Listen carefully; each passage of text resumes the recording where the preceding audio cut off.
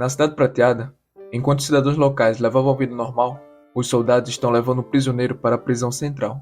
As pessoas imaginavam que fosse algum bastardo alienígena que tinha matado alguém de novo, mas então perceberam suas olheiras pontudas e pupilas douradas, características de um lobisomem. Segundo os rumores, se dizia que os lobisomens tinham a capacidade de dobrar até mesmo o aço. Então as pessoas se perguntavam se seria seguro aprisionar uma criatura daquelas. E foi então que um homem lembrou a todos dos dois tesouros que a Cidade Prateada tinha. Uma era a mina de mitril, e a outra era a prisão da Rosa. Ela era uma grande prisão feita de minério de mitril, e um círculo mágico estava gravado para selar o poder mágico dela. Além disso, o próprio Lord Aiden era o carcereiro da prisão. Uma vez que um prisioneiro entrasse lá dentro, nunca mais conseguiria escapar. Simplesmente não era possível. Naquela noite, quando a lua cheia estava no céu, a princesa vampira, Ofélia, conseguiu cavar através do solo da prisão até o outro lado do muro. Ela estava tão feliz que ria alto para Aiden. Ela cavou constantemente por 2 anos inteiros, e foi doloroso e cheio de problemas. Ela não esperava que a base da prisão também fosse misturada com mitril, mas mesmo assim, depois de todo aquele trabalho, respirar o ar fresco na noite de lua cheia valeu a pena. De repente, ela ouve uma voz vindo de trás, vira-se e descobre que era Aiden. Ele tira uma foto dela primeiro, e depois diz que ela ainda tem 98 anos de prisão, que agora serão aumentados ainda mais. Enquanto Ofélia estava chocado, ela pergunta a ele como ele descobriu que ela escapou. Aiden explica que um vampiro nunca precisa ir ao banheiro, e mesmo assim, ela passava 2 horas no banheiro, todos os dias. Então era óbvio que ele ia suspeitar. Então ela pergunta a ele por que ele esperou tanto tempo para prendê-la, se ele já sabia do plano o tempo todo. Aiden diz a ela que era para obter publicidade mostrando sua foto, e também para alertar outros criminosos para não tentarem coisas tão tolas. Ofélia agora estava irritada. Ela estava pronta para lutar e matar Aiden. Apenas por um pequeno erro, ele a capturou. Não tinha como ela voltar para a prisão tão fácil, depois de toda aquela dificuldade que passou. Mas antes que ela pudesse atacar, outra garota criminosa apontou a arma para ela. Ela era a gênia assassina Blood of Oza, que surpreendentemente estava com Aiden e queria que Ofélia retornasse para sua cela. Então dos céus desce a grande bruxa Dolly, com sua águia gigante. E ao mesmo tempo, chega a mestre de armas Arsena, com seus fantasmas esqueléticos. Todas elas eram as criminosas mais poderosas da prisão. A vampira pede a elas que se unam com ela e matem Aiden juntos, mas suas palavras não têm efeito algum sobre elas. Aiden diz para ela que elas tinham assinado um contrato com ele. O acordo dizia que ele melhoraria o tratamento delas na prisão, e em troca, elas o ajudariam a manter a ordem lá dentro.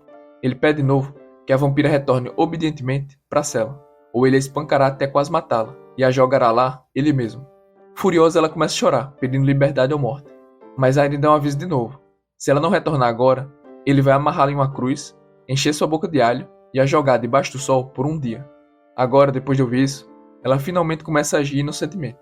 E depois de algumas ameaças de Aiden, ela retorna à prisão pelo mesmo túnel de onde veio. Aiden Garrod era muito famoso por seu trabalho no continente. Ele era um gênio espadachim e um atirador afiado. Ele tinha inúmeros títulos e apenas seu nome era suficiente para fazer criaturas hereges tremerem. Mas o Aiden que vimos agora não é o verdadeiro.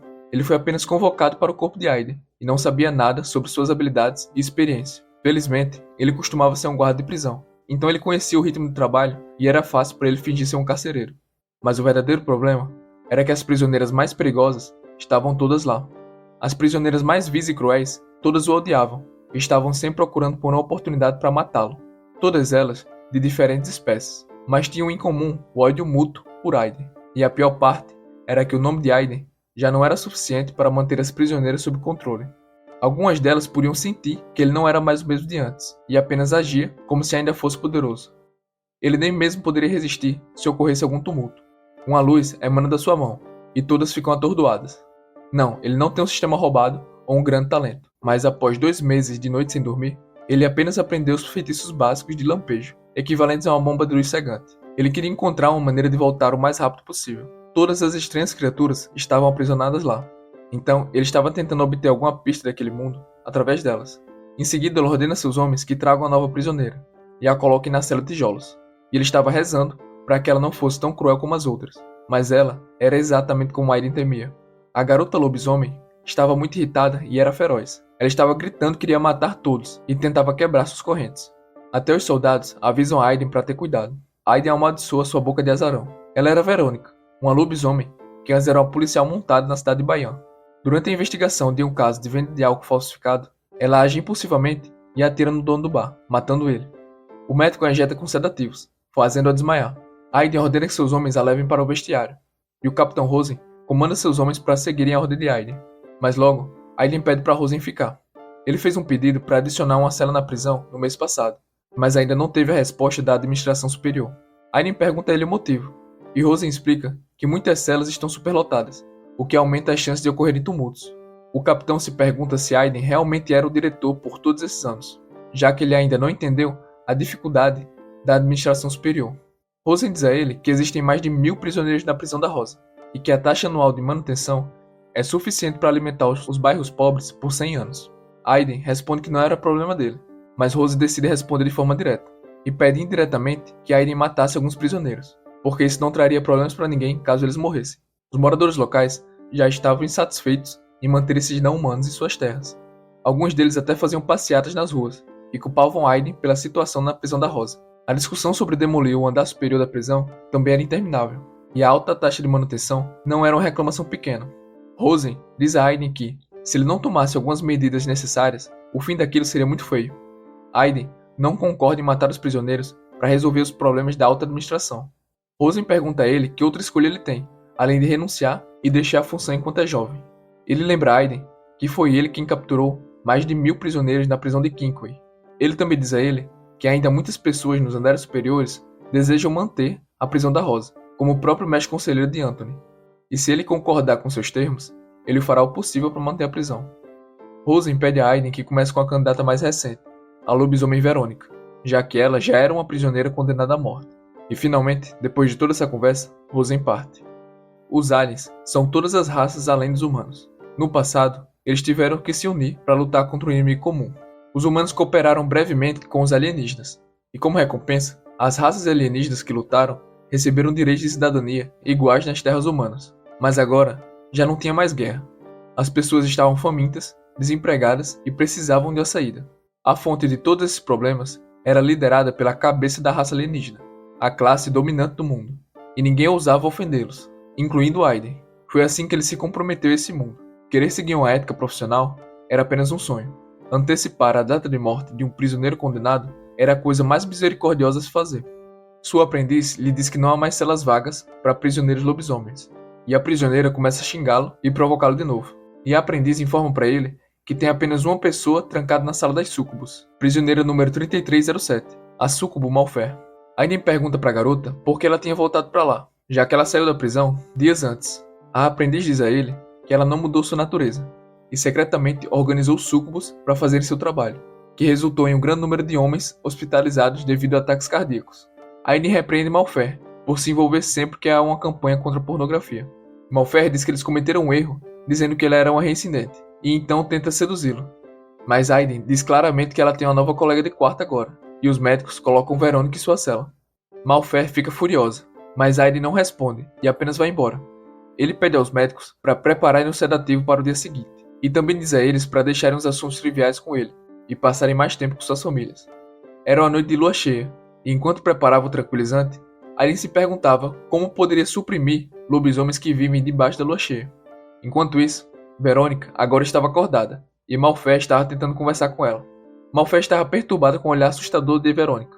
Ela diz a Malfer que está apenas a uma parede de distância da liberdade, e isso já foi o suficiente para assustar Malfer profundamente. Na manhã seguinte, Aiden e Frenda estavam verificando as cartas de solicitação de todos os prisioneiros. Frenda as estava lendo, e Aiden as estava aprovando ou negando. De repente, o médico chega correndo, e diz a Aiden que eles cometeram um erro. Ele conta a ele que o dia anterior foi o dia de lua cheia, e que a dose do sedativo foi menor do que o necessário. Lobisomens em lua cheia são sedentos por sangue. Aiden fica em silêncio. Ele se levanta lentamente e leva o médico até Verônica, que estava calma, enquanto Malfer a incomodava. O médico fica chocado ao ver que Malfer estava viva, e Aiden diz que ele estava observando a noite toda. Verônica era ágil, uma prisioneira muito bem comportada, mas de acordo com o veredito, ela era sedenta por sangue e descontrolada. Segundo o médico, isso só seria possível se ela fosse uma feliz lobisomem sangrenta, e Aiden pergunta se isso é alguma subespécie de lobisomem. Cerca de 100 anos atrás, os humanos e os lobisomens foram sitiados por demônios no castelo por vários meses, e ficaram sem munição e comida. Embora fossem aliadas, as duas raças desconfiavam uma da outra, por causa da fome. Os humanos tinham medo de serem devorados pelos lobisomens, e os lobisomens também temiam ser atacados pelos humanos. Era uma atmosfera sufocante, e uma guerra civil poderia eclodir a qualquer momento. Mas então, Lord May, o líder da humanidade, matou seu próprio corcel para que os lobisomens pudessem comer. Esse gesto resolveu a crise interna. Agora, esses lobisomens têm o título de lobisomens felizes do sangue. Para viverem em harmonia com os seres humanos, eles criaram um método de autocontrole extremamente pervertido para superar a fúria da lua cheia. Mas agora, esses lobos eram muito raros. O médico diz a Aiden que era injusto impor uma pena de morte a um deles, já que eles se esforçam tanto para se integrarem aos seres humanos, e nunca revidam, mesmo quando são torturados por humanos. De repente, um guarda chega e diz que Verônica ficou descontrolada e lutou contra os outros prisioneiros no banheiro, contrariando a suposição do médico. Aiden saca sua pistola e os guardas capturam Verônica. Ele aponta a arma para sua cabeça, perguntando por que ela se tornou completamente o oposto do que era na noite anterior. As outras prisioneiras a amaldiçoavam por tê-las atacado sem motivo. E Aiden repete sua pergunta, e todos estavam assustados, pois sabia que ela poderia facilmente matá-las a qualquer momento, já que seus poderes mágicos estavam selados. Aiden o silencia, dizendo que aquilo não se comparava ao que os cidadãos da Cidade de Prata enfrentavam todos os dias. Ele promete a todos que irá solicitar a antecipação da data de execução delas. Então Verônica começa a falar, e pergunta a Aiden por que ele a considera um assassino. Seria porque ele acreditou na verdade fabricada, ou simplesmente porque ele quer vê-la morta? Ela o provoca, e o desafia a apenas atirar, se esse for o caso. As outras prisioneiras também exigem sua morte. Enquanto isso, Aiden estava pensando no que Rosen e o médico disseram. Suas mãos não conseguiam apertar o gatilho. Então ele guarda a arma, e ordena ao guarda que leve Verônica para a sala de interrogatório. Verônica conta a verdade a Aiden. 2 prisioneiros haviam cercado Malfair, ameaçando, e ela reagiu com violência. Aiden diz a Verônica que ele primeiro vai ouvir o depoimento de Malfair quando ela acordar, antes de tirar conclusões precipitadas, e ordena que ela retorne para sua cela. Mas então, Verônica pede para ele ouvir sobre seus outros assuntos. Ela diz a ele que, mesmo que todas as evidências apontem para sua culpa, ela não matou ninguém. Aiden pergunta a ela o que ela estava fazendo no dia do crime, e ela responde que estava apenas prendendo o traficante que vendia vinho falsificado. A esposa do traficante foi à delegacia para protestar, mas ela o ignorou. E à noite, a mulher foi encontrada baleada pelas costas, na sua taverna. Ela diz de novo que é inocente e pede por justiça. Mas então Aiden questiona de novo sobre sua arma, que estava desaparecida durante a inspeção. Ele pergunta se ela emprestou sua arma para alguém. E ela responde que ninguém jamais tocou na sua arma, porque ninguém jamais quis fazer amizade com ela em primeiro lugar. Ele pergunta se ela tinha algum álibi, mas ela diz que não. Aiden explica para ela que já que ela não pode provar sua inocência, ela não pode ser libertada. Verônica começa a argumentar, dizendo que quer provar seu caráter. Ela conta um pouco sobre seu passado, que começou como miliciana em uma pequena vila, e subiu para a polícia montada na cidade de Bayonne, onde tem uma ótima reputação entre os moradores. Ela fala um pouco sobre suas grandes realizações, mas Aiden grita que nada disso importa, não podia ser considerado como evidência. Ele pede a ela que pense em outros detalhes. Ela certamente não estava satisfeita consigo mesma. Ela salvou tanta gente, mas não conseguia se salvar. Aiden ordena ao guarda que a leve de volta para a cela. E logo em seguida, outro guarda fala para ele que Mayfair acordou. Antes que Aiden pudesse dizer muito, Mayfair entra na sala. Aiden repreende a guarda Megan por tê-la trazida sem a sua permissão. Ela dá desculpas e sai. Megan tinha recebido moedas de ouro de Mayfair para fazer isso. Mayfair diz a Aiden que Verônica era inocente. Ela se gaba um pouco de si mesma e culpa as outras 2 prisioneiras por chantageá-la no banheiro. Mas foi Verônica quem as derrotou e a salvou.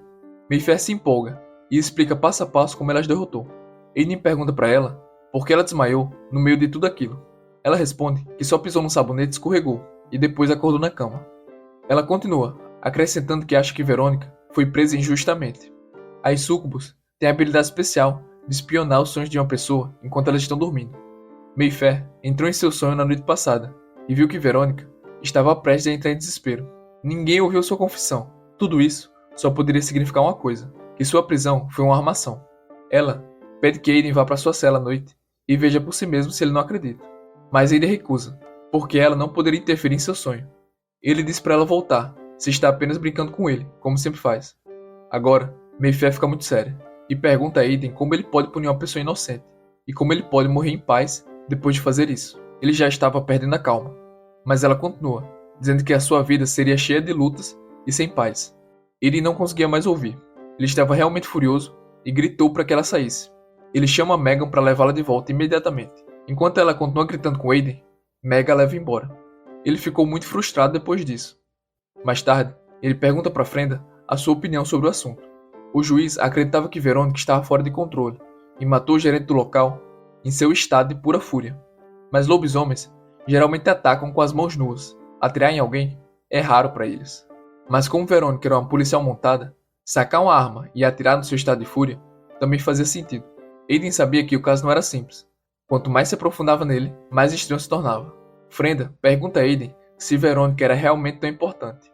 E Aiden responde que matar uma pessoa inocente é pior do que comer uma mosca. Obrigado por assistirem até aqui. Não esquece do like pelo conteúdo e ative o sininho para os próximos vídeos.